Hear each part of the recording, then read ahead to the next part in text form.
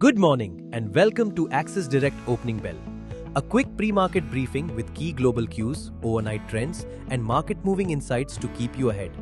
We'll start with the global markets. Overnight in the US, the S&P 500 advanced 0.4%, reaching an all-time high. The Nasdaq climbed 0.91%, while the Dow Jones broke ranks, losing 0.83%. Asia Pacific markets opened mostly higher today, tracking gains on Wall Street. Australia's S&P 200 climbed 0.12%, while Japan's Nikkei slumped 0.79% and the Topix fell 0.97%. Moving to the Indian markets, India and the European Union have finalized a landmark free trade agreement after nearly 2 decades of talks, opening the door to freer trade with India's largest partner amid global uncertainty.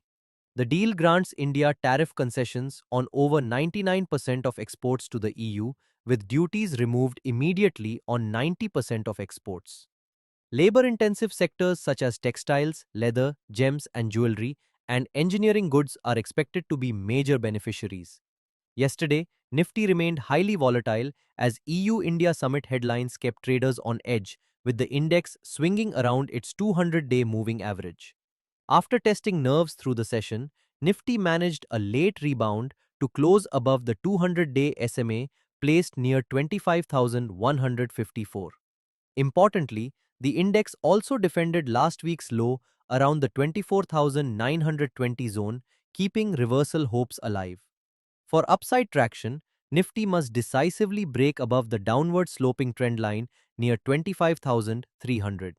For a day, a sustained move above 25,300 could open the door towards 25,430 and 25,500 in the near term.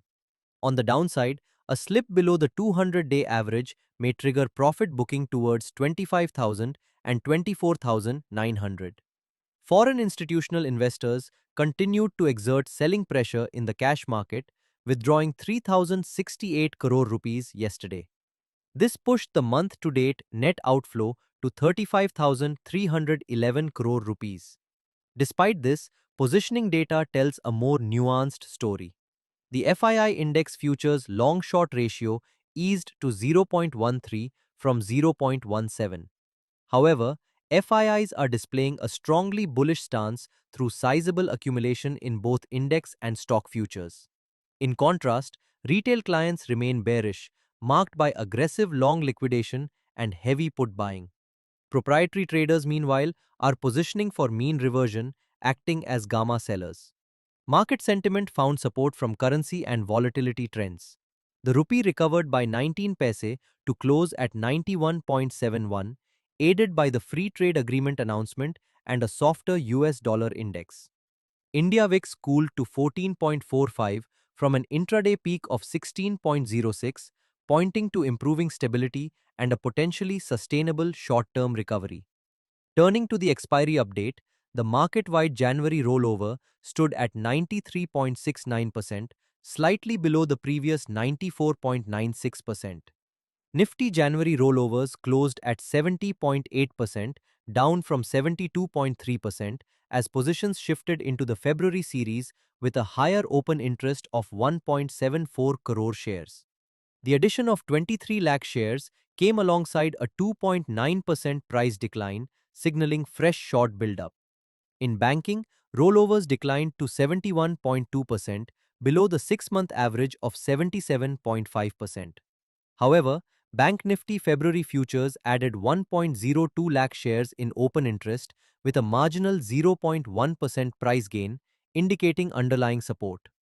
Post-expiry, Nifty and Bank Nifty February futures rallied 180 points and 800 points respectively, with premiums expanding to 207 and 424. Options data now indicates a weekly Nifty trading range with support near 24,700 and resistance around 25,600.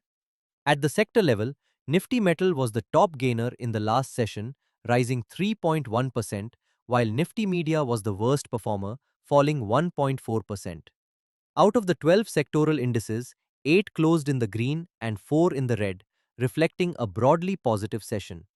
Amongst the F&O stocks, Sona BLW was the top performer, gaining 7.4% following its Q3 result update, while Syngene International was the worst performer, down 10.3%. On commodities, spot gold closed near $5,100 level, rising over 1% as weak CB consumer confidence data spooked US markets and dragged the dollar index lower toward a 4-month low of 96. Silver also advanced, gaining more than 2% as it settled near $106 level in the last session.